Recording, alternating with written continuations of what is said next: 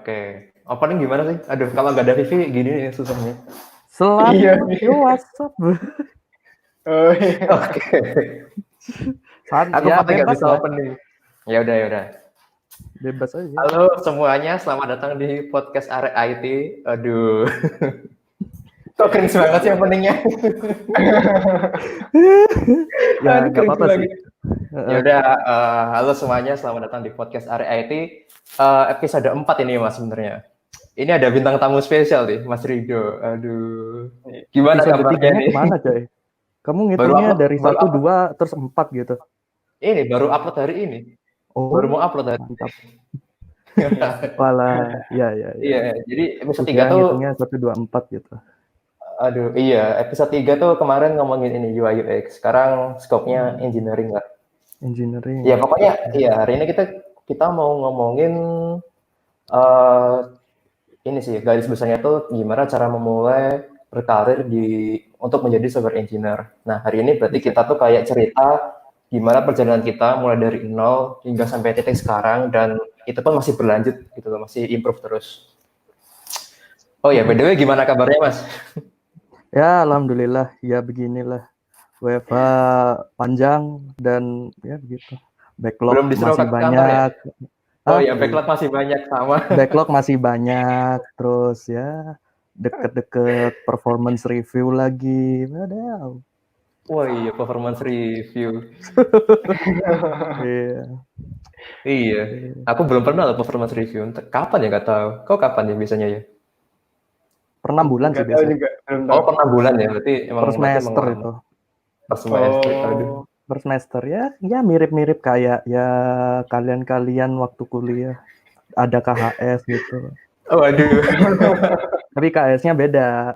Ya Iya, KHS-nya benar-benar. itu rating kalian apa, hasil performance review-nya gimana, bonusnya berapa kalau dapet. iya. Aduh, Itu kaitannya ya. Ya kalau dapet lumayan terus deg-degan ya. iya dan wow. Kalau Belum kalian akan disuruh masuk kantor ya, merasakan. Mas? Belum sih. Masih Masih disuruh WFH. Iya, iya. Berarti sampai akhir tahun lah ya paling ya. Masih WFH gitu. Kalau new normal sih mungkin ini sih apa namanya tetap masuk ya mungkin dalam waktu dekat. Cuman kan di phase. Jadi Oh, nggak semua. Jadi misal berapa persen nanti berapa. Jadi meskipun berapa persen nanti dibagi gitu 50-50 jadi kayak macam A, E, B gitu. iya, iya, iya. Oh, iya sama. Oh gitu juga. Iya, tapi kok di punya aku engineering-nya masih tetap ini. Udah di rumah aja nggak apa-apa gitu. Iya. Divisi lain yang ini. Iya. Bisa rebahan kalau capek. Waduh, remote tuh nggak enak loh Mas. Maksudnya apa ya? Kayak jam kerjanya tuh jadi lebih panjang gitu. Kalau jam kerja Iya sih nggak sih? ya enggak juga. Nah kan Iya, sama gue itu juga. Enggak Tapi juga. kenapa ya? Kalau aku remote tuh kayak, misal ya kalau kita di kantor tuh kayak bisa ngobrol sama orang, terus istirahat tuh kayak 1 jam. Kalau remote tuh kadang makan langsung ngerjain lagi gitu. Iya nggak sih? Ya emang gitu sih. Iya. Cuman Gitu ya. kalau jam kerja lebih panjang sih nggak bisa setuju sih. Karena Oke, balik oke, lagi, benar. balik lagi mau ngeset jam kerja berapa. Oh siap, siap, siap, benar, benar, benar. Oke, oke. Langsung ke topik utamanya aja lah ya. Ya, go ahead. Oke, aku ini ya nggak pinter bridging kayak Vivi. Mungkin aku lempar satu pertanyaan dulu deh. Kenapa kita tuh jadi software engineer gitu? Kenapa pengen jadi software engineer? Kenapa kok nggak PNS gitu? Emang enak jadi software engineer? Iya. Ayo. Kenapa tuh? Iya, mungkin Mas Rido dulu mau jawab. Ntar ya terus aku gitu. Kenapa jadi software engineer? Ah, Gimana ya? Kalau dibilang kenapa, backgroundnya kenapa, ya apa ya? Awalnya itu dulu waktu zaman SMP, zaman SD atau SMP gitu kalau nggak salah. Awalku interest sama komputer dari zaman SD sebenarnya. Zaman SD itu kan ada materi TIK tuh, jadi materi TIK ya sort of playing with Microsoft Word, Excel gitu-gitu. Dan juga tertarik, wow ini kayaknya seru. Jadi ke bawah sampai SMP, Terus kalau misalkan pulang ke rumah sepupu gitu, bukan pulang sih, lebih kayak berkunjung kalau lebaran ke rumah sepupu itu kan ada komputer tuh dia. Jadi explore di situ. Dia juga waktu itu langganan majalah komputer kalau nggak salah, tablet komputer gitu. Jadi ngoprek-ngoprek lah di situ. Oke. Dia tertarik dari situ, wah, I want to be a programmer someday. Waduh, udah jadi ini ya, udah kepengen sejak lama ya, maksudnya sejak SMP ya? Ya, kepengen sejak lama. Jadi ya gitu. Iseng-iseng kalau pas ke warnet gitu lagi ngerjain tugas gitu ya, iseng-iseng apa namanya download Turbo Pascal gitu atau enggak gitu, bawa flash disk di Anjay. Turbo Pascal, jadi belajar-belajar ngoding di situ. Anjay. Wih, Ya kalau kalian belum tahu Turbo Pascal maklum karena itu mainan anak jadul sebenarnya. Iya, ada masanya lah. Ada masanya. Di awal main Turbo Pascal, terus waktu SMA ini yang anomali sih sebenarnya. Gimana tuh? Anomalinya kenapa? Karena waktu itu aku nggak terpikir untuk jadi programmer lagi gitu. Nggak terpikir Oh, untuk lanjut ke kuliah IT. Instead, I want to be ya sort of pria berseragam. wah, yang Ada ada yang kan? tunjangannya enak ya? Iya, ya gitu. Jadi akhirnya sempat pernah dulu ikut seleksi di Akpol atau di Akmil kalau nggak salah, lupa. Oh, Tuh, oke. jadi begitu terima di UB jadinya udahlah mengundurkan diri. Terus ya gitu. udah, jadi belajar IT, belajar di informatika jadinya. Iya, iya, iya. Di jurusan Sampai tercinta kita. ya sampai sekarang. Yoi. Iya, Ya, menarik sih. Berarti udah sejak SMP ya? Aduh, aku SMP tuh belum ngerti apa-apa tentang komputer-komputer gitu. Paling Microsoft doang. Kalau kayaknya gimana ya? Gimana? Kalau aku Kalau kalau kau gimana? tertariknya kayaknya mulai kalau komputernya doang itu mungkin sama sih sekitar SD gitu. Terus mulai tertarik ke coding, maksudnya benar-benar tentang coding gitu ya. Itu Iya. SMA pas gara-gara ada Olimpiade. Itu kan Gila. pakai Pascal kan. Ya, itu juga itu pakai Pascal. Aduh, zaman gila. SMA itu ya. Nah dari situ sih terus mulai tertariknya gitu. Nah, terus kan kau hanya game developer kan? Nah, terus Oh gimana tuh? iya itu. Kok bisa jadi game developer gitu? Baru masuk kuliah udah juara lomba aja loh, heran, heran. Karena Wow, dulu iya ya. tuh kalau Mas Rido kan ke Excel kan. Pas SD itu Excel. Aku tuh ke PowerPoint, bukan Excel. Oh, Jadi jadi kan bikin game dari PowerPoint-nya ada situ ya. animasinya kan. Nah, aku kayak Iya, mulai iya. tertarik itu ke arah sananya gitu, bukan bukan ke arah coding awalnya gitu. Iya, Terus iya, iya, iya. tapi gara-gara dari situ kan ternyata bisa diarahin ke matematis gitu. Maksudnya bisa dikodingin, terus tertarik. Ya udah, lama-lama jadi ke game. Terus sampai habis itu pindah ke ya bukan game. Oh, karena mencari cuan lebih tinggi. Iya. Iya, itu salah satu Mantap. alasan. Iya. Berarti udah dari ini ya, udah dari SMP ya? SMA ya kok ya? Itu belajar pertama kali belajar codingnya. Coding ya SMA. SMA. Tadi Mas Rindo berarti kalau kalau Mas Rindo tadi codingnya tuh pas kapan Mas? Pas benar-benar full belajar coding itu? Full belajar coding itu sebenarnya kalau dibilang full sih nggak full karena belajarnya serabutan. Belajarnya serabutan karena ya belajarnya kalau nggak di lab sekolah ya di warnet. Oh Jadi gitu. dulu masih demen nge-warnet gitu, siang, sore gitu. Berarti Itu SMP. pas awal-awal masuk kuliah itu udah ini ya, udah punya basic coding gitu ya? Maksudnya udah ngerti konsep dasar pemrograman gitu ya? Udah ngerti beberapa sih ya, walaupun pas waktu kuliahnya Pak Marji dapat soal kelabakan nggak bisa jawab. Oh, siap. Iya, Marji ya. Bapak Iya. kita tercinta. Aku belum pernah di ini loh, belum pernah diajar. Iya, aku cuma dengar isunya doang, Bu. Oh iya, ini ntar kayaknya dekat aja deh, biar lebih aman yang ini ya. Oh iya, iya, iya, oke. Wadaw.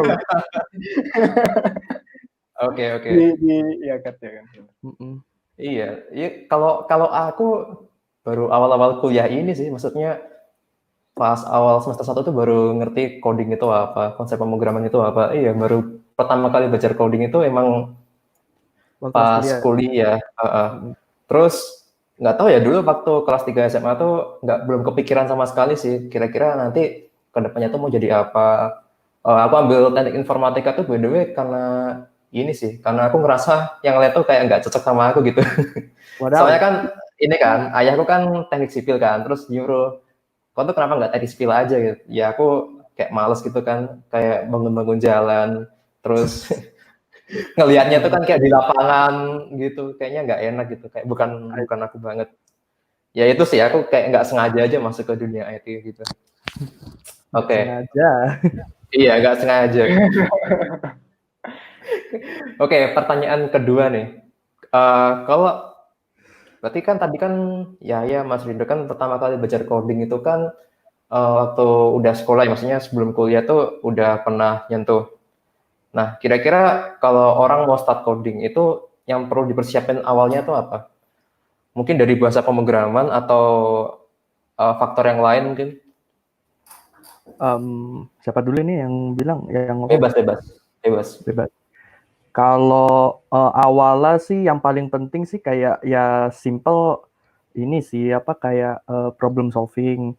Problem solving di sini algoritma kayak gitu-gitu itu nggak melulu kayak yang berhubungan dengan programming, malah kayak misal even kayak di kehidupan sehari-hari kayak misal kok mau bikin Indomie gitu. Bikin Indomie itu kan dari Indomie mentah sampai jadi itu kan ada step-step terurut. Jadi mulai kayak dari menyelesaikan suatu masalah dalam kehidupan sehari-hari secara lebih terurut sih, lebih runut gitu sih. Itu poin utamanya karena dalam programming itu berkaitan dengan problem solving sebenarnya. Bener-bener. Oke, berarti ya problem solving lah ya. Problem Kalau dari solving. bahasa pemrograman sendiri gimana, Mas? Untuk awal-awal? Kalau bahasa ini kan lebih teknikal ya. Kalau bahasa sih, in my opinion itu bisa dimulai kalau misal yang simple. Jadi pakai bahasa pemrograman yang belajarnya simple gitu. Misal kayak Python, Ruby, or even ya JavaScript bisa. Tapi yang bahasa yang simple-simple sih. Baru Kalau kemudian Java? kalau Java not recommended untuk beginner karena itu not recommended untuk beginner karena itu terlalu tebel. Terlalu tebelnya Benar. gini. Misal Oh, iya. kalian kan pernah kita ya, bukan kalian kita itu kan Iya, iya, pernah iya. asisten ini kan Prokdes kan. Most Ah, of benar. them mereka nggak belum nyentuh programming sama sekali. Dan begitu dapat Java itu mereka kayak sedikit sulitnya kenapa? Pasti ada muncul pertanyaan gitu. Misal kalau misalkan bikin kayak suatu ya simply hello world, kenapa harus ada kelas? Nah, benar, benar banget. Iya. Kenapa Itu dulu nggak ngerti apa-apa itu dulu. Jadi kenapa harus ada kelas? Kenapa main function itu harus static? Iya, iya, iya, benar, benar, benar. Iya, iya. Jadi Kenapa? banyak Iya, benar. ada macam pertanyaan-pertanyaan. Kenapa harus import ini kalau nggak diimport error? Iya, benar. Iya, Bandingin benar ya. bandingin kalau misalkan kalian belajar basic programming Hello World pakai Python gitu, pakai Ruby or even pakai bahasa ya scripting, bukan scripting juga sih. Ya bahasa-bahasa yang model-model kayak gitulah. Itu Benar. kayak apa ya, knowledge overhead-nya untuk awal itu nggak gede gitu, nggak terlalu besar. Yes, ya kalau bikin Hello World misal di Ruby gitu, ya tinggal put Hello World udah kelar. Iya. Gitu. Iya, berarti iya kenapa Java ya di itu kita ya? Ya kurang Nggak tahu tahu deh. kenapanya ya. Awalnya kurang tahu juga. Tapi ada beberapa yang belajar langsung C itu ada. Oh, iya benar-benar. Kalau C itu lebih supaya kenapa? Ada alasannya kenapa belajar awal pakai C. Itu biar anak-anak tahu kayak konsep teknikalnya kayak variabel tipe data dan lain-lain itu jauh lebih grasp gitu. Itu sih. Oke. Kalau ya gimana ya? Menurutmu apa? Kalau aku ya sama sih ya, sebenarnya sama juga ya, tentang problem solving dulu yang paling utama. Betul. Soalnya mau pakai bahasa apapun ya tetap aja tuh yang memang tujuannya kan untuk arah ke sana kan. Kalau dulu malah di Olimpiade gitu kan malah makanya Pascal gitu awal-awal. Pascal. Pascal. Oh iya, iya. Oke. Soal-soalnya pun juga dari Olim itu makanya bahasa pemrograman Pascal gitu. Iya, Jadi pas ya, sudo Pascal. iya. Iya. Oke, Sudo oke. Pascal. Menarik. Berarti emang bener ya. Sebenarnya programming itu awalnya start sama problem solver, kemampuan dalam mencari masalah. Betul. Nah, berarti kan fundamental itu kan penting ya berarti ya. Betul. Nah, terus kalau aku lihat ya fenomena sekarang itu orang-orang yang mau start ke dunia IT itu biasanya nge-skip fundamentalnya gitu loh. Langsung I ke see. front end, mobile. Nah, itu menurut kalian gimana nih? Itu gimana? Itu gemes kadang-kadang. Ya sebenarnya nggak ada masalah, cuman yang jadi masalah itu kalau misalkan dihadapkan dengan satu teknik tertentu, itu pasti bakal miss. Kenapa harus begini approach-nya? Kenapa harus begitu? Karena dalam programming atau dalam ya dunia-dunia kayak gitu itu yang ditekankan itu sebenarnya adalah why-nya. Jadi misal ada suatu apa ya teknik tertentu gitu, misalkan kalau kita ngomongin front end, misal ambil kasus misal data flow lah ya, data flow antar komponen. Kan tiap framework atau tiap mazhabnya itu kan apa namanya cara komunikasinya kan beda-beda tuh Benar. tekniknya, betul nggak? Itu orang kalau misalkan langsung deep down langsung belajar teknik implementasinya, kita ngomong teknik implementasi ya, bakalan miss. Kenapa teknik implementasinya seperti itu? Oke, benar-benar. Itu yang sering kali missing di kita, yang kalau kita belajar itu apa namanya lebih condong untuk belajar teknik implementasinya gitu. Jadi kayak why-nya kenapa harus kayak gini, kenapa harus kayak gitu, itu yang jauh lebih penting gitu sih. Iya, Jadi setuju. begitu kalau misalkan teknik implementasinya ada yang berubah nih, ada switching, misalkan ganti implementasinya ganti, itu kita nggak lost track gitu. Jadi konsep-konsep concern-concernnya kenapa harus begitunya masih dapet gitu. Iya, benar. Nah, itu dia masalahnya. Kalau menurutmu gimana ya? Ini apa ya, ramai banget loh, kayak orang-orang tuh langsung belajar Flutter atau apa gitu yang hype-nya tuh tinggi gitu. Iya, Gimana ya nggak ada menurutmu ya? masalah sebenarnya. Iya. Langsung belajar yang kayak gitu ya. Soalnya ya apa ya, menurutku tuh yang dasarnya tuh lebih penting daripada framework tuh kayak cuma sebagai tool saja sih kalau menurut aku. Benar. Ya kan? Jadi mau pakai framework apapun ya yang penting tahu dasarnya itu kayak gimana, ya ntar bisa ngembangin ke framework tersebut gitu. Ya itu kayak gitu menurutku. Setuju Iya. sih. Setuju Soalnya sih kalau sama kalau ya. menurutku ya, kalau orang tuh nge-skip fundamental itu misalnya kalau misal langsung belajar framework A. Nah, kan apa ya, framework itu kan sementara ya, kemungkinan bakal ada teknologi-teknologi baru yang muncul gitu kan. Nah, kalau dia dipaksa untuk switching ke teknologi baru itu, dia bakal kesulitan sih karena konsep basicnya tuh nggak menguasai gitu. Oke. Nah, berarti oke, ke pertanyaan berikutnya ya. Kalau pas dulu awal-awal belajar ngoding itu gimana cara menghadapi kesulitannya gitu? Maksudnya apa sih tantangan pertama untuk pemula gitu? Apa saja yang pernah Mas Rido sama Yaya hadapi dulu? Terus gimana cara menghadapinya? Gimana? Mas Rido dulu mungkin. Oke, gimana cara menghadapi suatu masalah ya? Kalau menghadapi suatu masalah ini ada macam-macam. Masalahnya berkaitan dengan bahasa pemrogramannya sendiri, satu. Yang kedua berkaitan dengan kayak algoritma kita. Kalau misalkan yang berkaitan dengan tools yang kita pakai, ya simple, ya kita harus cari dong, googling. Misalkan kita dapat misal exception ini, misal kalau kita belajar Java dapat ya null pointer exception, itu kita cari tahu kenapa kok bisa null pointer exception, apa yang menyebabkan itu, dan cara biar gak terjadi seperti itu tuh kayak gimana, cara ngejagainnya itu kayak gimana biar gak kayak gitu.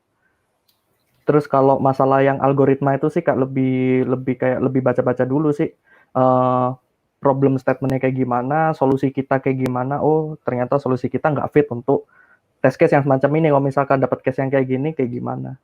Ya sama juga cari-cari di internet atau mungkin kita nge-trace satu-satu gitu. Oke, benar-benar. Jadi Kalau ya nyoba. iya, kalau konteksnya ada problem baru, terus katakanlah di internet belum ada gitu ya, itu gimana?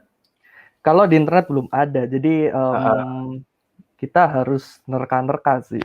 Jadi misal dapat crash nih, misal kayak pengalaman, misal kayak aku dulu ngoding iOS gitu kan, nyari errornya kok aneh gitu, strange gitu, kenapa? Iya benar. Itu yang pertama ya cari dulu errornya kenapa tuh, di copy paste errornya di copy, kayak nggak ada gitu. Baru kemudian di trace satu-satu pakai debugger. Pakai debugger, kalau nemu berarti masalahnya, ya udah itu nanti kemudian biar gak kayak gitu kayak gimana. Oke, benar-benar. Ada masalah yang lebih tricky kalau misalkan ada masalah yang bersifat ya bener yang kayak katamu tadi, Vo, di internet nggak ada, misal kayak memory leak gitu. Iya benar. Kalau memory leak kan bisa nyari internet, untuk solve memory leak bla bla bla, nggak ada. Iya Jadi kita benar. harus nge-analyze dulu memory leak-nya di mana nih yang bikin memory leak. Misal di page misal katakanlah page akun, halaman ubah akun atau profil gitu. Cari tahu memory leak-nya di sini. Begitu kayak di di back gitu, kayak memorinya nambah terus. Itu dicari tahu pakai banyak tools, pakai instrumen bisa, pakai debugger bisa. Iya. Jadi harus dicari-cari tuh jeraminya di mana. Intinya di mana? Iya. Intinya jangan nyerah lah ya untuk nyari akar itunya, root cause-nya. Betul. Jadi kayak harus telaten sih sebenarnya. Iya, harus benar. telaten dan kayak apa ya? Kalau kita nyebut, pernah dengar divide and conquer nggak? Jadi kayak Pernah. misal skopnya gede nih, kita perkecil dulu, dipecah-pecah dulu. Kita cari tahu di bagian yang ini. Oh kalau nemu ya udah berarti bagian yang lain nggak perlu dicek gitu. Oke. Gitu. Jadi kayak step by step gitu, dipecah-pecah. Jadi nggak ngelihatnya nggak langsung skopnya yang besar gitu, nggak. Jadi nggak menelan mentah-mentah lah ya. Iya, jadi harus dicari dulu di level paling kecil apa, baru kalau udah ketemu udah. Iya benar. Berarti ini nggak Mas, pernah nanya di grup-grup gitu nggak sih, grup komunitas di Facebook atau apa gitu? Kalau nanya sih so far jarang ya. Jarang nanya. Nanya temen kantor aja. Pernah ngalamin gini nggak? Kalau misal build-nya strange error gitu di CI, error kita nggak tahu kenapa gitu. Ada yang pernah ngalamin ini nggak gitu? Gitu aja udah. Ujung-ujungnya tinggal delete derivative data ya. Oke, menarik. Berarti ya setuju sih. Kalau dari Yahya gimana? Kalau dari aku ya pertama ini sih melihat dari abstraknya dulu. Misal kadang kan gini, karena aplikasi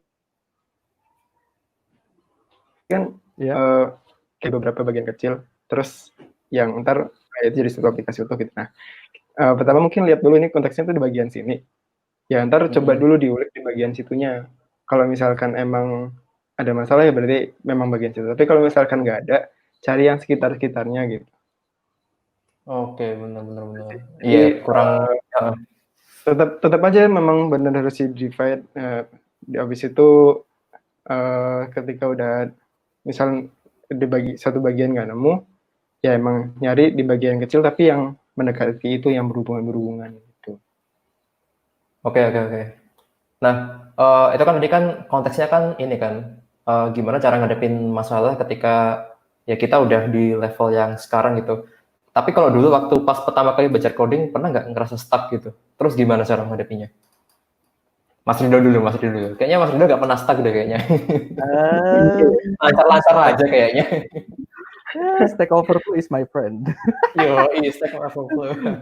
Stack Overflow is my friend. Jadi ya googling aja ini error kenapa, error kayak gimana, kayak gitu sih. Oke. Ini gak sih Mas punya apa ya? Secara nggak langsung ada orang yang dijadiin mentor atau panutan gitu? Dedicated mentor sih waktu itu kayak belum ada sih. Tapi kayak ngelihat belum ada. Kayak ngelihat orang-orang yang apa namanya yang jago gitu di luaran sana itu bisa jadi kayak semacam motivasi gitu sih. Kalau mentor secara langsung enggak, tapi dulu punya temen yang itu apa ya nge-influence aku buat ini sih apa ya biar gak di situ-situ aja gitu. Jadi kayak ya ngerasa ada di satu titik di mana anjir itu anak jago bener ya aku nggak bisa dong segini-gini aja gitu. Iya bener banget. Kalau ya gimana ya? Ini ya kayaknya sama aja sih, kayaknya nggak ada stuck-stucknya ini dulu. Lancar-lancar aja kayaknya. Kalau aku gimana ya? Lancar. Biasanya kalau yang di bagian coding emang jarang stuck sih. Cuma yang maksudnya kalau misalkan di kayak apa ya? Kayak matkul kayak kalau misalkan kayak apa AOK gitu. Itu kan aku nggak ngerti tuh. Kayak maksudnya skopnya itu terlalu luas gitu. Ya itu cari orang yang emang udah banyak baca di situ. Itu kalau aku gitu. Iya, aduh. Jadi keinget masa lalu kan, aduh. Itu parah sih itu. parah.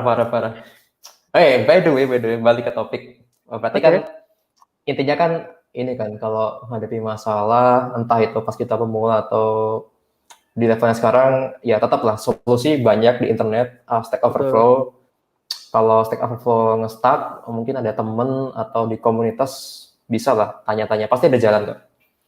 Nah, dulu pas belajar coding itu lebih prefer lewat mana ya? Maksudnya apakah baca dokumentasi langsung atau lewat video atau gimana?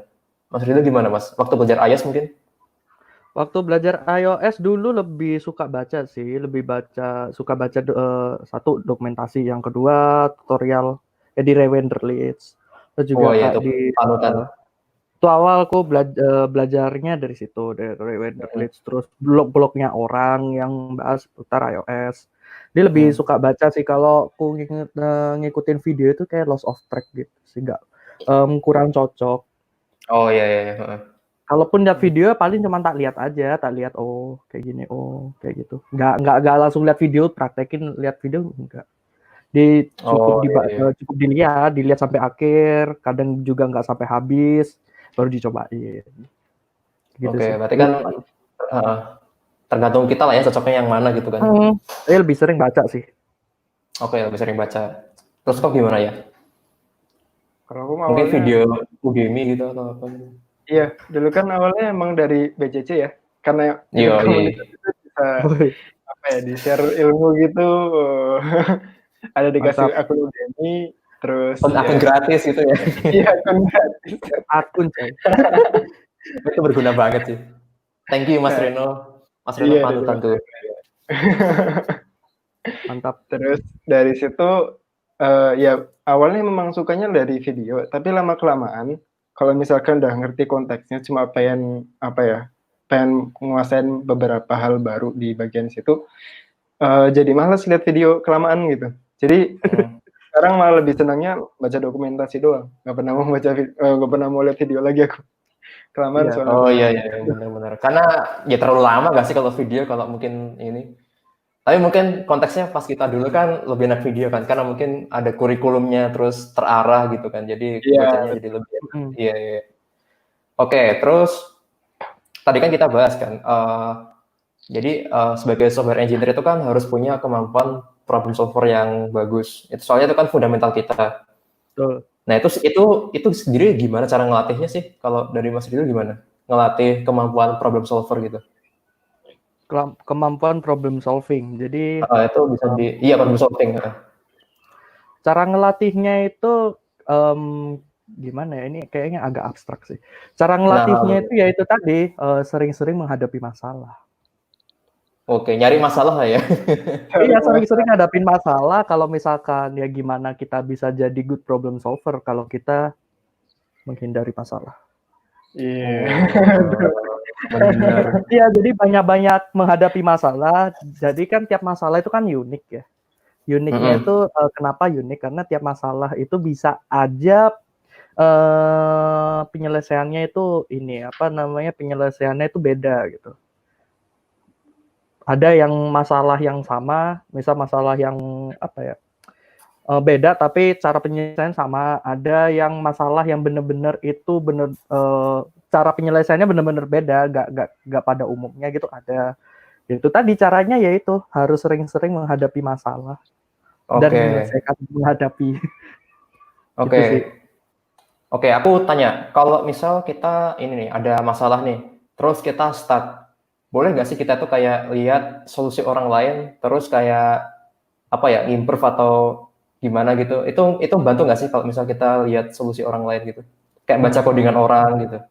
Bantu. Pasti itu Karena bantu banget ya. bantu kan gini, karena ketika pertama kali kita dapat masalah. Misal dapat masalah apa ya yang sering dihadapi gitu. Misal kayak dapat memory leak lagi atau out of memory ya atau Oh iya iya. memory. Ada kan teknik penyelesaiannya kan macam-macam tuh. Nah, kita bisa apa namanya nyontek solusinya orang kayak gimana kalau dapat memory leak kayak gimana. Oh, misal memory manajemennya harus diperhatiin. Oh, terus untuk ngejagain supaya kalau misalkan ada resources yang nggak dipakai itu harus di-destroy kayak gitu-gitu. Oke. Gitu sih. Dan juga kan kita kalau misalkan dapat masalah yang kita belum pernah dapat nih, kan tentunya kan kita harus lihat solusinya orang. Nah, dari situ kita bisa tahu, oh kalau masalah seperti ini penyelesaiannya kayak gini. Nah, nanti kalau misalkan kita mau improve nih, oh kalau misal penyelesaiannya diimprove kayak gini, nanti yang terjadi kayak gimana? Oh iya benar-benar. Gitu. Gitu Iya, sih. setuju. Berarti emang benar-benar bantu. Kalau menurutmu gimana ya? Gimana cara ningkatin kemampuan problem solving untuk jadi software engineer yang lebih baik gitu? Kalau aku karena ini mungkin untuk yang udah ke arah teknis emang kayak gitu ya, maksudnya solve problemnya itu langsung ke emang teknis kayak memory leak tadi gitu. Tapi kalau misalkan dari secara logik, maksudnya kayak berpikirnya, cara ningkatinnya sih menurutku ya itu latihan CP. Oh iya CP. Kalau di situ tuh apa ya? Kita tuh kayak bentuk suatu pola untuk menangani beberapa permasalahan gitu. Soalnya di CP kan masalahnya tuh banyak ya. Dari tingkatnya juga ada yang dari mulai rendah sampai ke tinggi gitu. Nah, kalau udah sering ngadepin yang kayak gitu nanti kan kebentuk sendiri pola pikirnya itu kayak apa gitu. Oke. CP ya, competitive programming. Itu kalau di konteks kita sekarang masih perlu nggak sih belajar apa ya? Masih perlu nggak sih tetap belajar CP gitu untuk kita sekarang gitu? Masih perlu nggak, Mas? Algoritma penguasaan algoritma paling nggak basicnya sih tahu. Misal basicnya harus tahu sih paling nggak. Misal kayak gini, yang paling sering kita pakai ketika ngoding ya, misal kita coba bahas, misalkan ketika kita mau ngambil suatu data, mana yang lebih Hmm. optimal, mana yang misal mau ngakses data di satu struktur data gitu, mana yang lebih optimal. Misal mau ngambil data A gitu, yang lebih optimal mana, pakai array atau pakai map atau pakai apapun, pakai set atau pakai apa. Itu kan kita harus tahu tuh behind data struktur itu cara kerjanya gimana. Nah, kita harus paham itu. Ya benar. Gitu Karena sih. kan tiap data struktur kan beda juga kan, kayak performa dan sebagainya. Kita harus bisa milih ini dipakai untuk problem yang mana gitu. Betul. Tapi ya tetap masih penting lah ya, CP, algoritma, struktur data itu emang benar-benar fundamental yang nggak bisa ditinggalin lah kalau untuk Nggak bisa. software engineer. Nggak bisa, benar-benar nggak bisa. Oke, terus kan gini kan, kalau seorang software engineer itu kan apa ya, deket banget sama Stack Overflow kan. Nah, kalau sekedar copy doang dari Stack Overflow itu menurut kalian gimana? Cuma sekedar kopas doang gitu, tapi nggak di modif atau nggak di itu. Boleh nggak sih? Ya, Atau ada gimana? Ada concern lain nggak? gini ya, sebenarnya kalau kita ngomongin seorang software engineer itu sebenarnya itu nggak cuma ngoding doang sih. Yoi. Jadi kita harus tahu apa yang kita kerjakan, apa yang kita kerjakan. Misal ketika kita membangun sebuah software itu kan tentunya kan sebelum kita ngoding kan paling nggak rancangannya ada dulu. How it work-nya kayak gimana kan kita harus tahu dulu. Itu sih. Jadi kalau saran saya sih, kalau misalkan ngambil dari Stack Overflow ya kita harus pelajarin. Oh kenapa kayak gini, kenapa kayak gitu. Kalau misalkan nggak kayak gini, misal diganti dikit, itu kayak gimana? Kita harus tahu. Karena apa ya? Kita bukan kita. Ya intinya kita dibayar itu kan bukan untuk copy kode kan. Waduh. Serius. Iya bener banget sih. Kopas kode itu cuma berapa sih? Terus juga apa namanya di balik kode itu kita kan harus tahu kenapa harus kayak gini, kenapa harus kayak gitu. Jadi nggak bisa asal copy buta gitu, kita harus tahu sih. Ya kan percuma gitu kalau misalkan kita udah bikin misal aplikasi udah bagus gitu, tapi codingannya copy Stack Overflow semua, tapi ketika ditanyain kenapa prosesnya kayak gini nggak bisa jawab kan nggak ada artinya. Nah, iya benar juga. Benar juga, benar. Kalau menurut lo gimana ya? Setuju ya sama gitu ya? Jangan asal kopas doang gitu lah ya. Iya, tapi ini aku mau kupas jawabannya Mas Rido ini. Kopas apa? Oh, kupas jawabannya. Kopas. Padahal. Ya, emang gitu sih. Gimana ya kalau misal nggak ngerti konteksnya, ya untuk kedepannya misalkan apa ya, ada misal kita langsung taruh gitu kode itu di situ. Besoknya kalau misalkan ada masalah yang relate sama itu ya nggak ngerti gimana ngeresolve-nya gitu. Iya, jadi harus tahu dulu. Kenapa penyelesaiannya kayak gitu? Kenapa kayak gini, kenapa kayak gitu? Iya, setuju. Nah, terus, kita kan software engineer nih. Menurut Mas Hendro sama Yahya, apakah jago coding itu cukup? Perlu skill set yang lain nggak? Nah, apa tuh? Skill set apa tuh? Oke. Kan aku udah bilang di awal tadi, software engineer itu kerjanya nggak cuma ngoding. Yang pertama, kalau kita ngomongin, kita kan udah pernah belajar RPL kan. Nah, itu dia, bener. Kita review dulu nih, step by step dalam software engineering apa nih. Soalnya kita memang itu software engineer loh ya, bukan programmer loh ya. Iya, software engineer, bener. Bukan coder loh ya, software engineer. Bukan programmer. Dalam membuat software engineering itu kan life cycle-nya kan pasti dimulai satu requirement analysis, requirement gathering. Jadi software itu dibentuk dibentuk karena ada kebutuhannya gitu. Berdasarkan kebutuhan yang ya intinya berdasarkan kebutuhan lah ya. Kebutuhan atas apa untuk menyelesaikan satu masalah kayak gitu. Misal kayak bikin sistem informasi akademik deh contohnya. Sistem informasi akademik itu kalau kita trace back masalahnya apa? Satu, untuk melakukan pencatatan misal ke administrasi tentang akademik mahasiswa. Ya nilai atau apapun lah ya.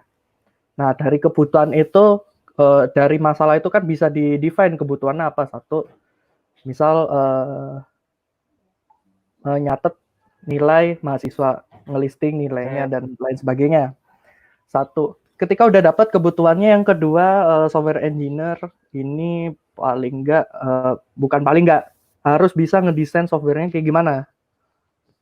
Wah, iya, Ngedesain di penting. ya, ngedesain ini di sini lebih ke bukan apa ya?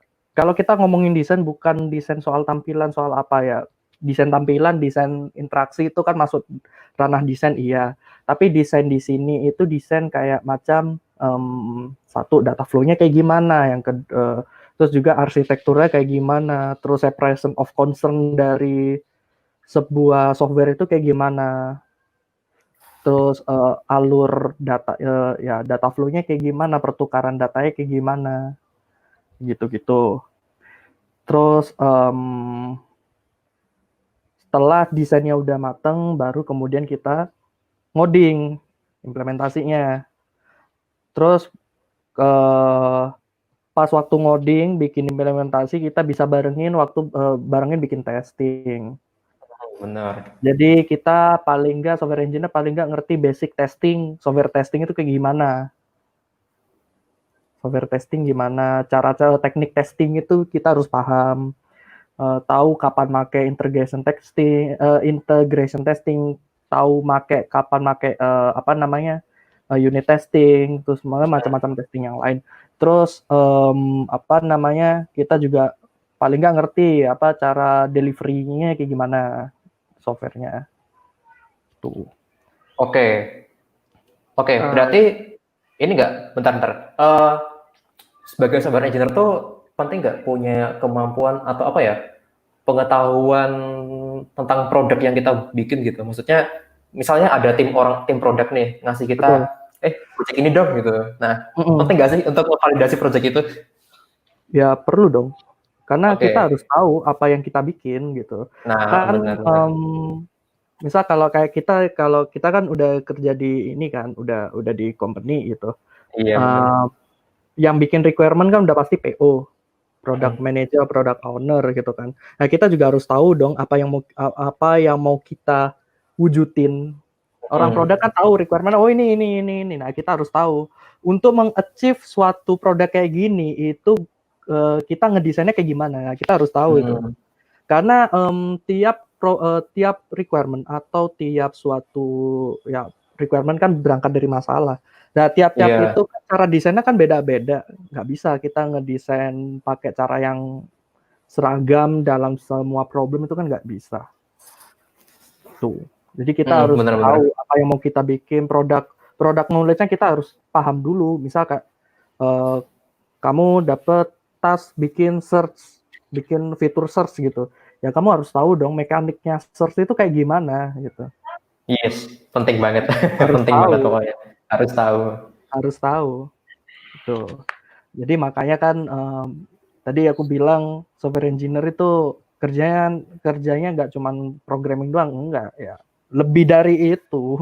Iya. Itulah kenapa kita dibayar mahal. Gitu. Nah, itu sih. Oke, gimana ya? Terus kalau masalah itu Mas, dokumentasi gimana? Nah, kalau dokumentasi ini kan macam-macam. Ada dokumentasi soal produk yang kita bisa sebut sebagai product requirement document. Ada yang kita bisa sebut sebagai dokumentasi arsitektural apa yang kita bikin. Itu ya apa ya? Kita harus bikin gitu dokumentasinya. Jadi kan dokumentasi yang dibikin sama developer itu mostly sama software engineer itu kan bisa aja dokumentasi terkait, misal kita mau bikin fitur search nih. Mekaniknya search itu kayak misal data flow-nya kayak gimana kita gambarin. Arsitekturnya apa, layer-layernya kayak gimana kita gambarin, data flow dari layer satu ke layer yang lain itu pertukaran datanya kayak gimana itu kita gambarin. Jadi begitu orang yang mau ngelanjutin legasinya kita itu tahu apa yang dia harus lakuin untuk improve itu. Biar nggak biar nggak ngambang gitu. Misal suruh ngajutin search, nggak ngerti mekanik search-nya kayak gimana kan, dokumentasinya juga harus jelas, terus juga code-nya paling nggak diusahakan self explanatory, flow-nya kayak gimana jelas gitu. Berarti yang ngelakuin itu nggak hanya ISL-nya atau manajernya doang gitu ya. No. Tapi software engineer-nya pun Software punya engineer-nya. inisiatif untuk explain gimana dia nge-solve itu ya. Betul. Oke. Kalau dari Mas Rido sendiri nih, pas di kuliah ini kan ikut kayak banyak komunitas gitu ya, Mas. Itu kenapa? Kenapa mau ikut banyak komunitas kayak gitu? Kayak di kan pernah di developer circle gitu kan? Itu manfaatnya? Satu, channeling. Yang kedua, supaya gini sih. Ya, satu pasti channeling ya. Channeling terus juga channel itu perlu. Karena kita kalau mau apply kerjaan kan tinggal bilang, referin. Referral. Dong. Nanti aku kirim CV ke lu ya, ntar lu sampein ke HR. Gitu. Terus juga lebih kayak ketika kita pingin misalkan jago programming gitu ya, tentunya kan lingkungan kita juga harus bisa mendukung itu. Gitu. Jadi lingkungan itu kan sangat dominan dalam membentuk siapa kita gitu. Misal lingkungan kita para ya engineer, para orang-orang yang jago, ya kita kan pasti ke-trigger gitu. Ke-trigger gimana caranya supaya bisa sejago mereka, or even lebih jago dari mereka kan gitu. Benar, Mas.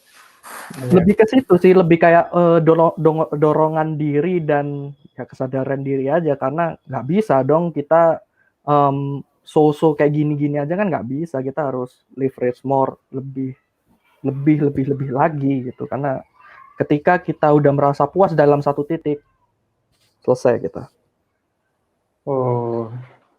Gitu. Terus aku mau tanya ini, Mas, kalau Mas Rido itu kan banyak jalan yang ditempuh ya, Mas, untuk bisa lolos di company yang sekarang. Nah, itu dari awal tuh perjuangannya bisa kayak apa gitu?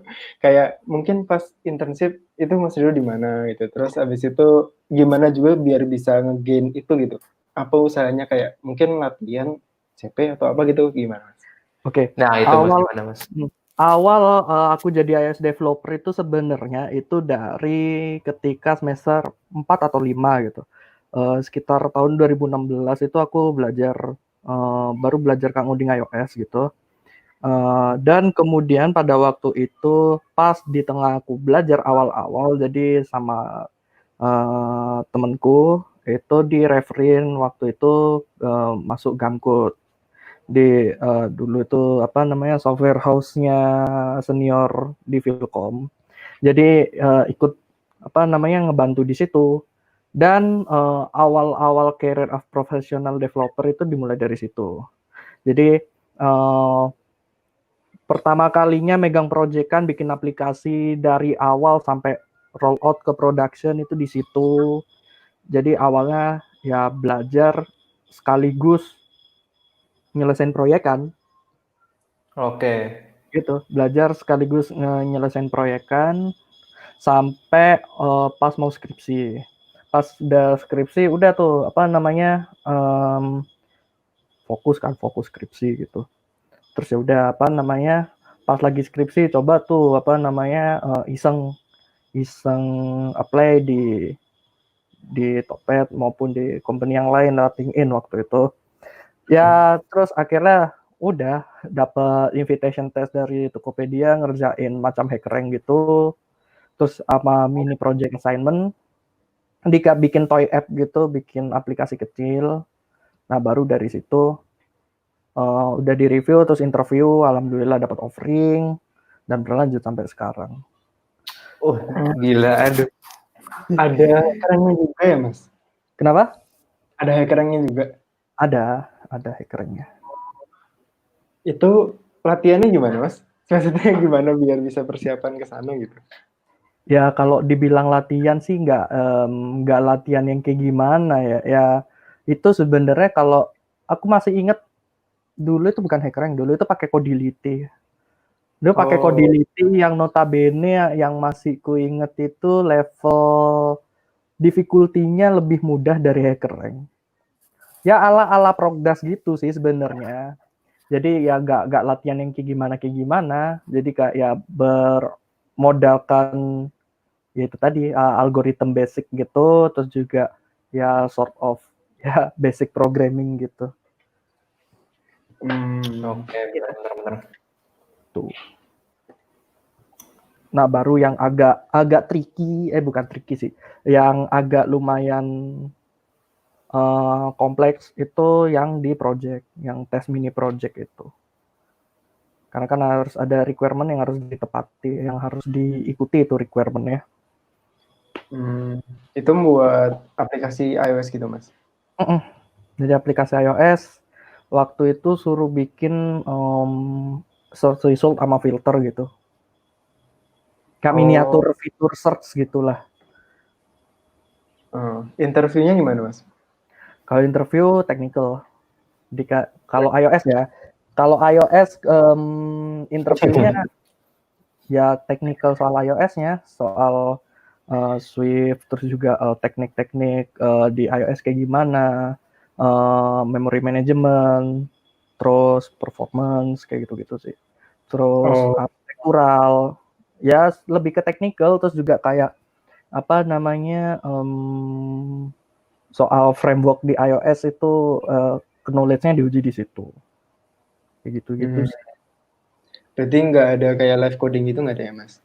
Kalau live coding waktu itu untuk yang apa namanya, waktu pas di Topet itu nggak ada sih, nggak ada live coding itu. Waktu pas kemarin apa namanya, kemarin iseng tes di Gojek waktu itu ini sih ada pairing gitu. Oh, pair programming ya? Ya live coding gitu. Iya. Oke, aku juga penasaran nih, dari Tivo sama Mas Ridho ini kan iOS ya? Itu Waduh. main ke iOS, padahal itu kan maksudnya nggak banyak, kalau pasar di Indonesia nih kan banyak kan Android ya. Tapi kenapa gitu, kenapa pilihnya iOS? Dari siapa ya? Mas Ridho dulu deh. Kenapa? Karena ya lebih ke pragmatis aja sih. Satu, pasarnya masih belum terlalu banyak saingannya, dan juga demand-nya banyak dan supply-nya nggak seberapa. Jadi udahlah masuk. Sama ya kalau masalah pay grade sih kurang seberapa ngerti ya kalau dibandingkan sama yang lain, tapi kayaknya sama sih. Tapi yang waktu itu yang terpikir, yang kenapanya itu ya satu, yaitu tadi supply-nya nggak seberapa tapi demand-nya banyak. Jadi celahnya masih besar lah. Gitu. Tapi kalau dari Mas Ridhonya sendiri seneng nggak kalau ngoding iOS dibandingkan yang lain gitu? Atau emang yang ngalir aja emang karena dapatnya iOS, udah iOS gitu? Ya seneng-seneng aja sih ngoding iOS. Yang bikin nggak seneng ngoding iOS itu satu sebenarnya. Waduh. Itu tahu itu jawabannya. Mau penasaran. Sebenarnya banyak sih. Sebenarnya banyak sih. Oh iya benar sih. Paling utama Xcode-nya, bener paling utama. Bayangin aja compile satu aplikasi utuh gitu.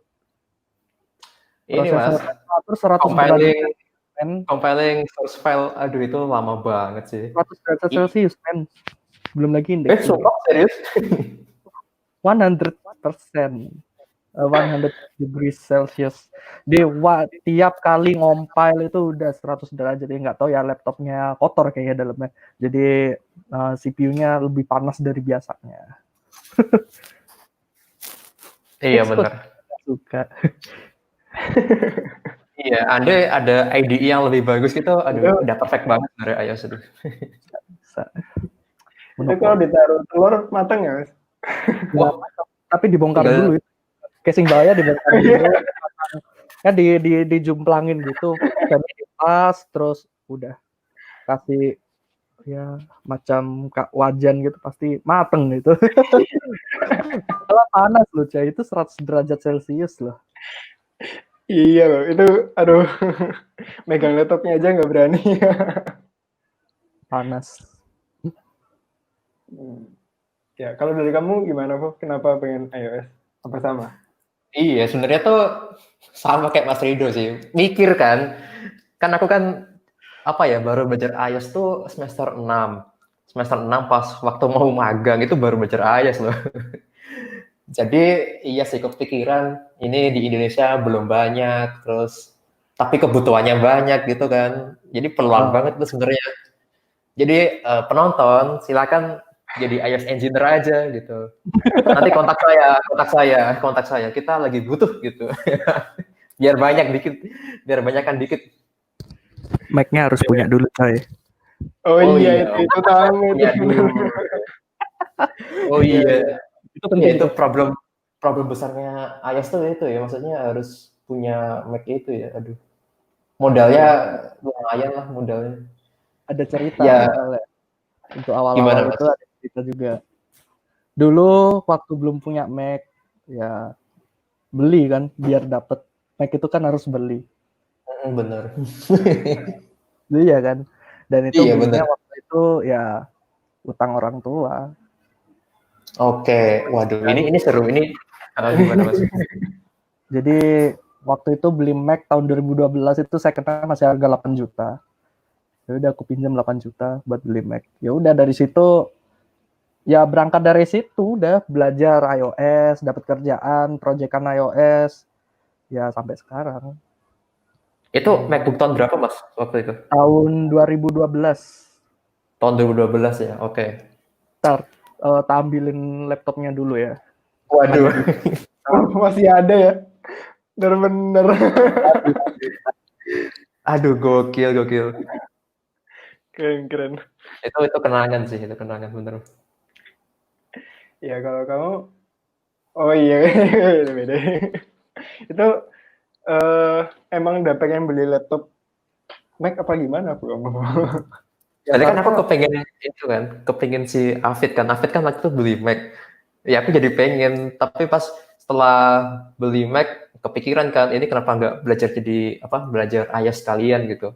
Akhirnya berangkat nyoba belajar, ternyata iOS itu seru. Maksudnya ya di samping dari Xcode tadi ya, maksudnya hal-hal yang itu seru gitu. iOS tuh keren. UI-nya tuh keren, terus maksudnya smooth juga. Jadi kalau kita nggak ngapa-ngapain tuh UI-nya tuh udah keren gitu. Kalau dibanding Android itu opiniku ya, kayak gitu sih. Oh, dari situ ya. Iya, menurutku gitu sih. Lebih keren aja iOS itu. Gimana Mas Gimana, Mas? laptopnya? Oh, gokil. Jadi ini device yang nganterin aku waktu belum jadi apa-apa sampai sekarang. Ini device ini yang nganterin perjuangan selama itu. Dari awal kuliah beli second. Terus ya udah. Jadi ini yang waktu dipakai waktu pas kuliah, waktu ngerjain proyekan, ya ini laptop ini. Jadi startnya dari ini MacBook jadul ini gitu. Di situ ada suka dukanya ya, Mas. Ada. Kenangan buat. Makanya nggak dijual karena ada memorinya, ada kenangannya. Kan nganggur ini laptop, jadi adikku yang pakai. Oke. Yeah. Laptopmu masih disimpan yang lama, Po? Dipakai adikku juga. Iya dong. Masih aku simpan, dipakai adikku sih. Jadi ya lumayan lah. SMA pegangnya MacBook kan. Iya. SMA pegang MacBook. Iya, buat lihat drama Korea tapi. Gak dipakai buat apa-apa MacBook Pro padahal. Aduh. Ya nggak apa-apa sih. Iya. Tuh. Jadi dari situ sih baru kemudian ya udah. Ya alhamdulillah sampai seperti ini. Oke. Aku mau nanya Mas. Berarti kan mulai dari dulu waktu pertama kali belajar iOS sampai sekarang keterima kerja dan udah jadi senior engineer kan. Nah, itu pernah nggak sih kayak ngalamin kegagalan gitu? Terus gimana sih cara kita sebenarnya menyikapi kegagalan itu? Oke, kalau nyikapinnya ini ya apa ya? Ketika kita menemui suatu kegagalan terus juga apapun itu kan pasti kita harus tetap semangat, tetap ya gak boleh nyerah gitu. Karena kalau waktu itu sebelum aku di Topet itu ya banyak play sana sini gak diterima itu banyak gitu. At least ada 10 kalian lah. Ya termasuk 10 daftar kali. intern 10 kali. Daftar Wow. intern maupun daftar apa itu daftar intern ataupun daftar full time. Even kak beli future program itu 2 kali gagal.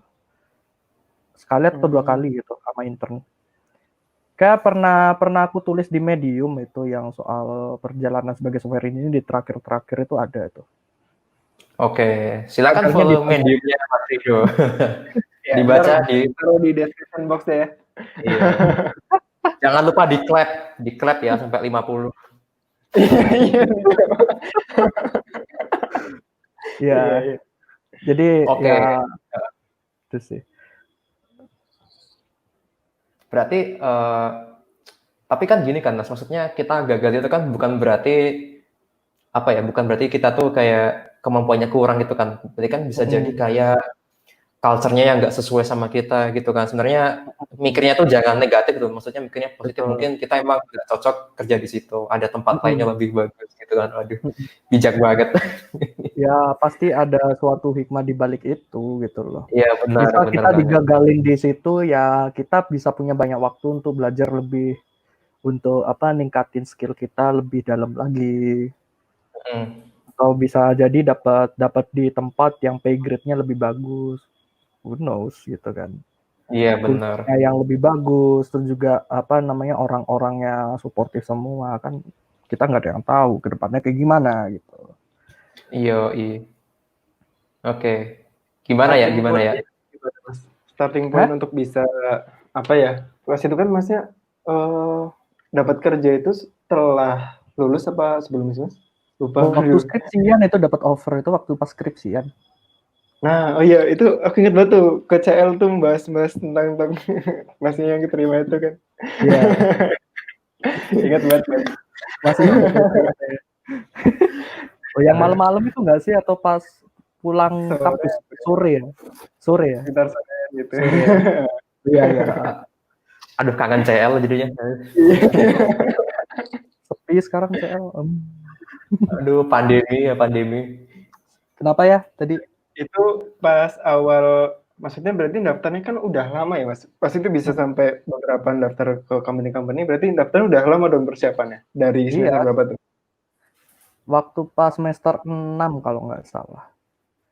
Jadi kan waktu itu daftar banyak itu kan daftar buat intern juga.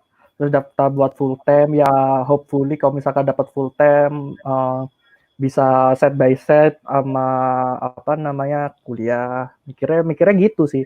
Dan kenapa mikirnya apply-nya pada waktu kuliah? Karena ada justifikasinya sendiri. Bukan masalah teknikal sih, justifikasi seperti ini. Ketika kita apply kerja pada waktu kuliah, ketika kita gagal, nothing tulus. Kita masih kuliah, masih ada waktu gitu kan. Iya benar. Masih ada spare time untuk bisa lebih belajar lebih giat lagi. Kalau misalkan kita apply di waktu pas setelah kuliah, terus ya naudzubillah min dzalik, nggak lolos itu kan beban mentalnya jauh lebih besar.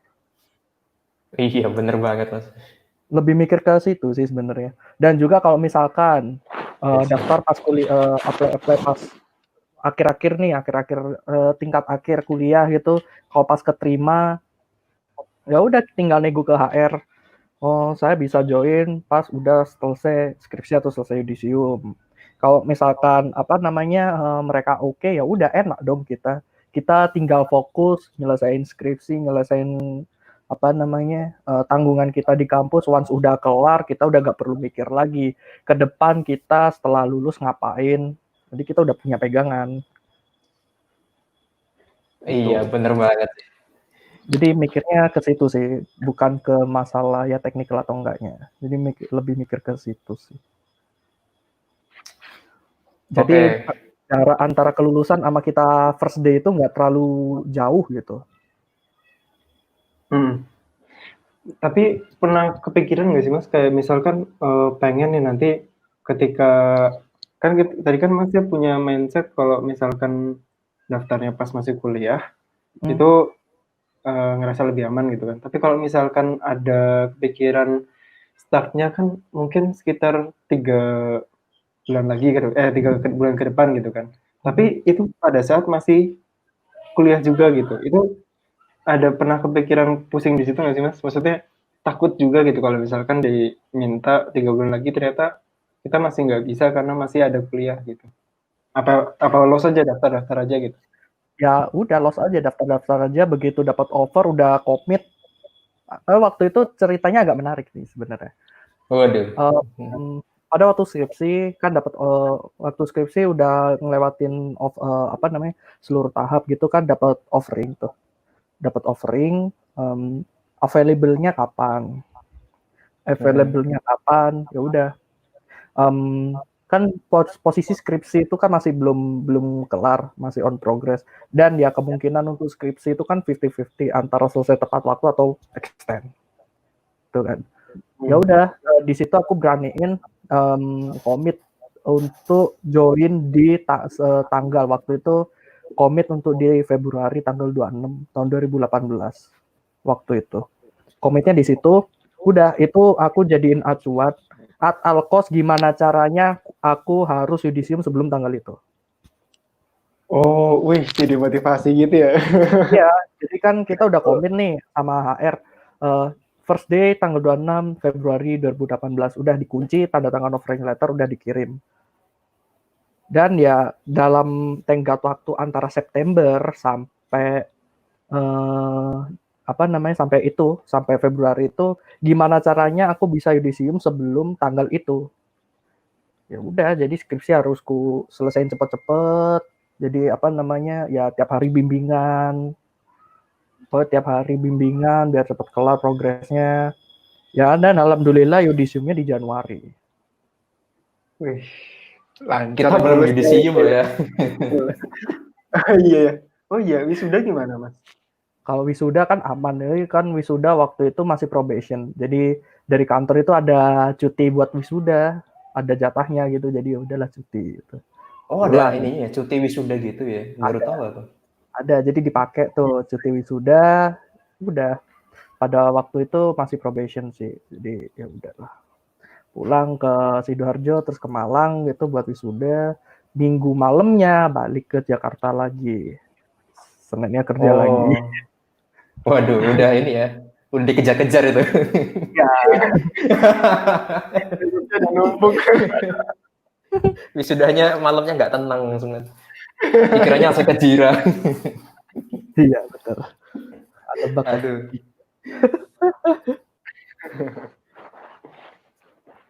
Oke, gimana ya? Kau mau nanya apa lagi? Ini sih aku ada kepikiran lagi nih. Pas udah keterima di Pet gitu. Nah, ini gimana sih? Maksudnya kan pasti ada jenjang karir tuh. Gimana Masnya sekarang bisa sampai ke senior gitu. Itu apa sih Mas yang Masnya lakuin biar bisa naik jabatan itu? Oke, sebenarnya gini sih. Ya tiap level itu kan paling nggak ada set of expectation yang harus dicapai. Misal kak level junior mungkin.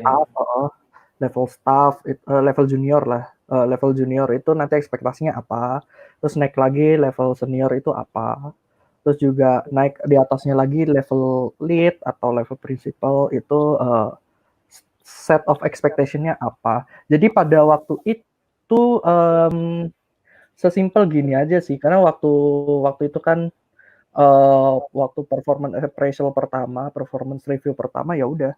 Jadi waktu yang apa yang aku kerjain dulu itu begitu apa namanya dikalibrasi dan layak untuk naik ya udah naik gitu.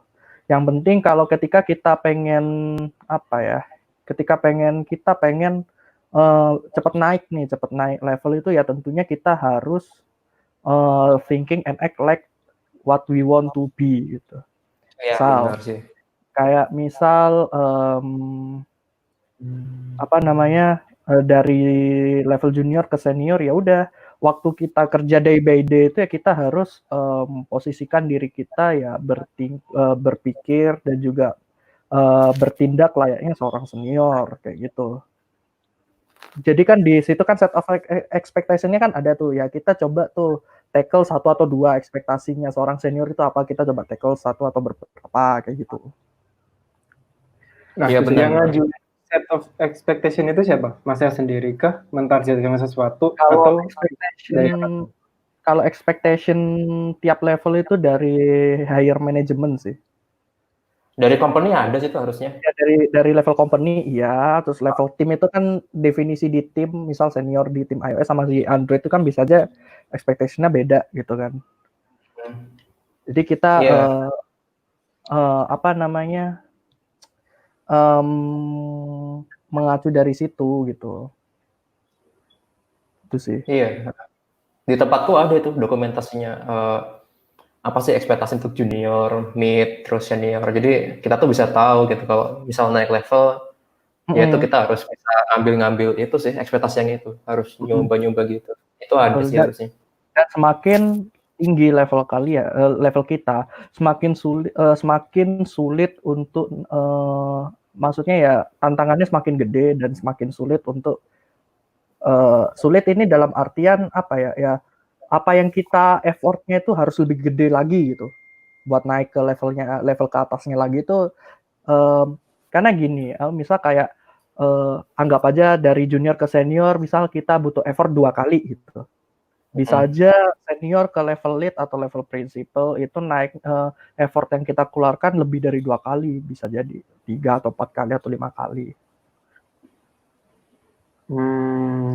jadi karena tiap tinggi level ya otomatis tanggung jawab semakin besar ekspektasi yang dibebankan ke kita juga semakin kompleks gitu. Oh iya sih. Oke. Nah aku mau nanya dikit mas. Ya kayaknya mau nanya itu gimana? Oh coba gimana ya kau dulu ya? Oh ya, tadi nanya ini sih. Kalau misalkan pengen apa ya? Gini. Kalau misalkan kita udah apa ya? Udah sampai lengkapin beberapa expectation. Nah, itu kan kalau mau masuk ke senior, ntar ada harus lengkapin beberapa expectation itu. Nah, itu kan kita harus improve diri sendiri gitu. Nah, betul. Kalau udah senior, itu kerasanya apa yang udah kita improve itu jadi lebih mudah atau tetap struggle gitu, Mas? Ya tetap struggle sih. Karena ekspektasinya juga ya waktu kita misal level junior ke senior gitu, kita paling nggak tackle 1-2 atau beberapa gitu. Ya kalau udah di sisi itu ya kita harus struggle untuk memenuhi semua itu gitu. Oh. Nah iya benar. Jadi nggak jaminan ketika kita udah naik kita nggak struggle, enggak, justru semakin kita naik itu struggle-nya semakin besar. Iya, soalnya job desk-nya tuh baru gitu. Tantangannya semakin besar.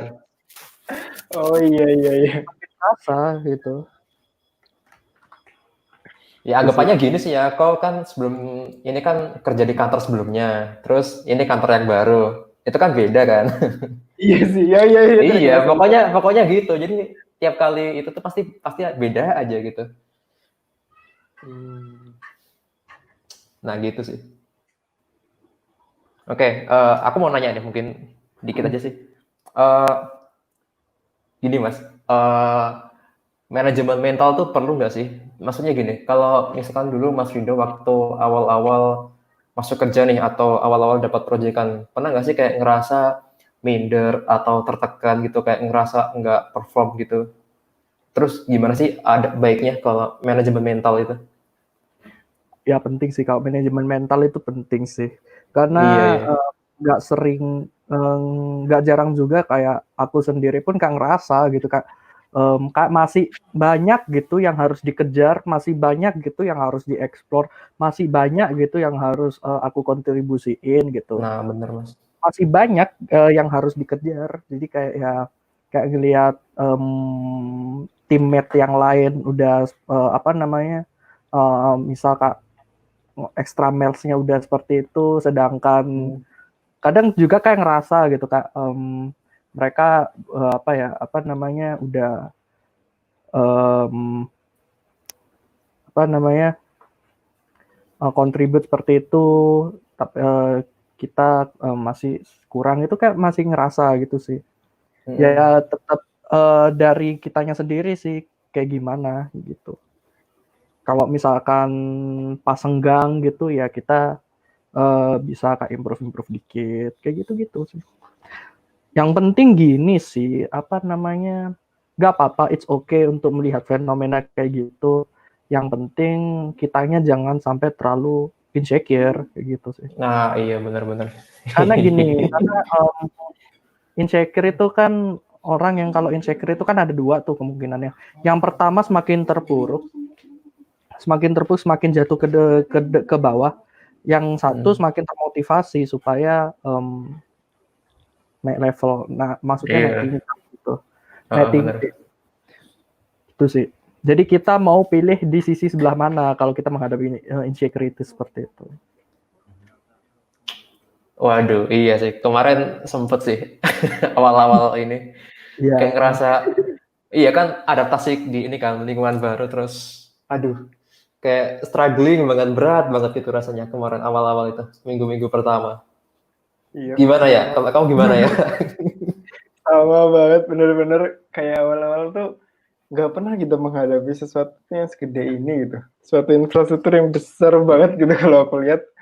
Ya, apa ya, karena sebelumnya kan mungkin nggak terlalu besar proyeknya, terus belum dibuat bener sampai ke microservice gitu. Ini kan benar-benar dibuat microservice, jadi ada kayak memang timnya tuh terbagi jadi micro gitu.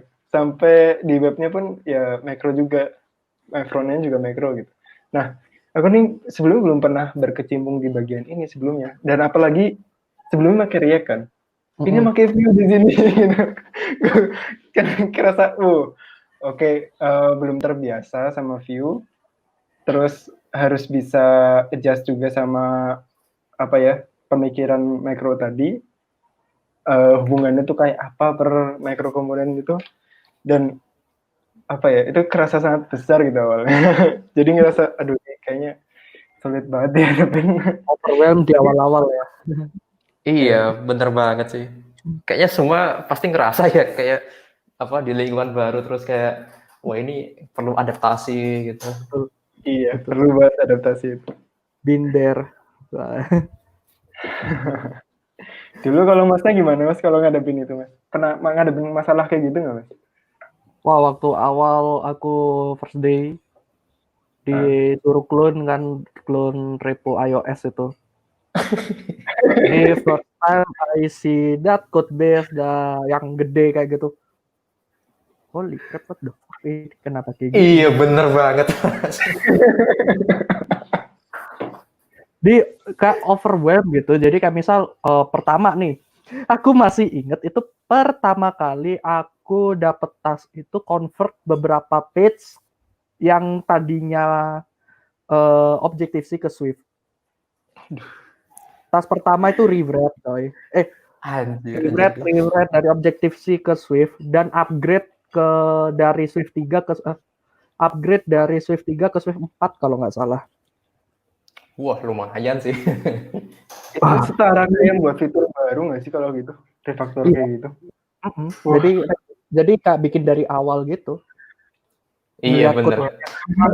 kayak gimana, baru dibikin dari awal. Kayak gitu sih. Terus gimana Mas cara nyesuaiinnya?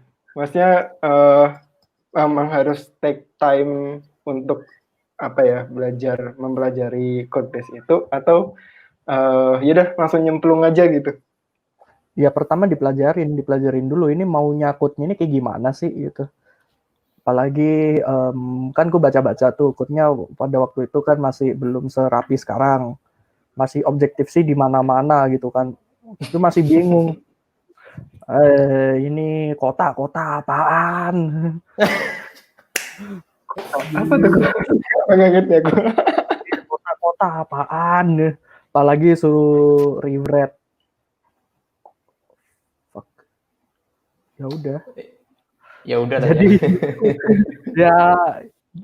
ya apa ya udahlah gitu, tulis aja lah. Pakai Swift version, kalau udah stable code objektifnya dibuang gitu. Bye. Gitu aja ya.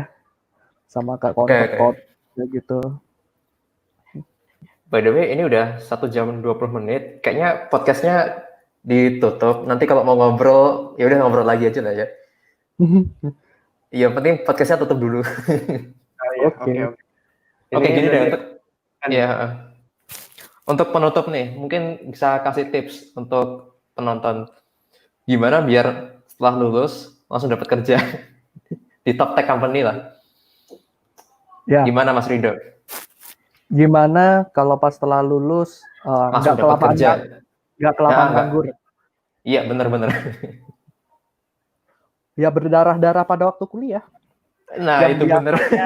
Ya biasanya kuliah, setelah kuliah nongkrong-nongkrong, sekarang nongkrong-nongkrongnya alokasiin buat belajar, explore di luar sana, perkembangan teknologi kayak gimana. Terus banyakin kayak ya portofolio, kalau bisa freelance ya udah freelance. Cari pengalaman intinya, cari ya kegiatan yang bisa ngeboost skill ketika pas kuliah. Kalau pas udah lulus kuliah skillnya kita udah mateng ya kita nggak perlu lama nganggur seharusnya. Oke, benar.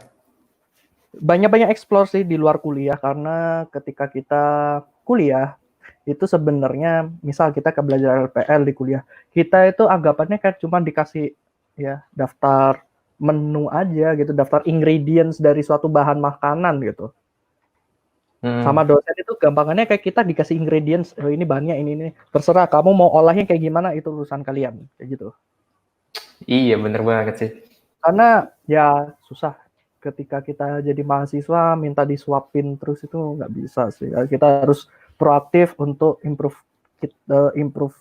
diri kita sendiri sih, baik secara technical maupun soft skill. Tuh. Itu sih yang perlu. Dan juga jangan ngeremehin matkul kuliah apapun itu. Iya.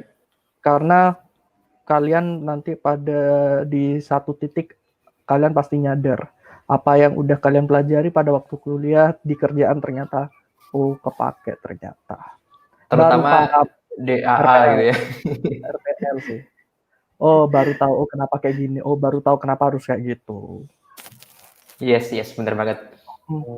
Jadi kita harus explore sendiri why-nya, karena kalau kita kuliah itu kan dapat materi dari dosen, mereka kan fokusnya ke what. Misal kayak kita belajar desain pattern, apa itu desain pattern ini nih apa. Iya benar. Jadi kita harus explore sendiri why-nya, kenapa desain pattern ini ada, kenapa desain pattern ini dipakai untuk menyelesaikan suatu masalah ini. Nah itu yang penting sih itu sebenarnya. Poin belajarnya instead kita melajarin what-nya, ya what-nya itu perlu sih. What, dan juga kita belajarin why-nya kenapa harus ada what itu gitu. Iya benar. Gitu. Gimana ya kalau kamu ya? Ini apa nih pertanyaannya? Aku jadi lupa. Gimana caranya waktu lulus langsung dapat kerja, jadi nggak nganggur lama gitu di top tech company lah. Gimana? Kalau aku sih ya di kuliahnya dimaksimalin, terus ikut komunitas, terus apa ya, persiapannya untuk daftar-daftar kerja itu lebih dulu, maksudnya lebih dulu dari target lulusnya gitu. Jadi ya misal target lulusnya tahun ini gitu ya, mulai sih dicoba untuk tahun lalu. Jadi nggak menghilangkan kesempatan yang mungkin ada gitu kan. Dulu sih kalau eh, apa ya, kalau dapat tempat curhat untuk masalah kerjaan malah ke kamu kok. Waduh. Iya Ya, ya, bener. dari situ Oke. ya tanya-tanya ke kamu juga sih. Ya, maksudnya tanya juga ke orang-orang yang ya ikut lihat podcast ini salah satu caranya untuk bisa Yo, ikuti terus podcast ini. ikut podcast ini. Oke, ya kurang lebih itu lah ya. Maksudnya gimana caranya langsung dapat kerja? Jangan sia-siain waktu kuliah. Ya mau nggak mau kita sebagai mahasiswa tuh juga harus belajar sendiri gitu. Oh, Harus ikutin roadmap yang bener gimana, belajar sendiri dan jangan nyerah sih. Soalnya untuk jadi software engineer menurutku perlu ini sih, perlu niat sama determinasi yang bener-bener tinggi gitu. Ya kurang lebih itu. Terima kasih teman-teman semua sudah nonton episode 4 podcast ini bareng Mas Rido sama Yaya. Aduh gokil. Oke, gimana sih caranya penutupan? Aku bingung caranya penutupan gimana. Oke, jangan lupa like, comment, subscribe. Silakan komen kira-kira episode 5 mau topik apa, terus bintang tamunya siapa gitu ya. oh iya. Oke, bye-bye gitu. Udah ya, matiin ya. Iya. Matiin ya. Oke. Live-nya matiin ya.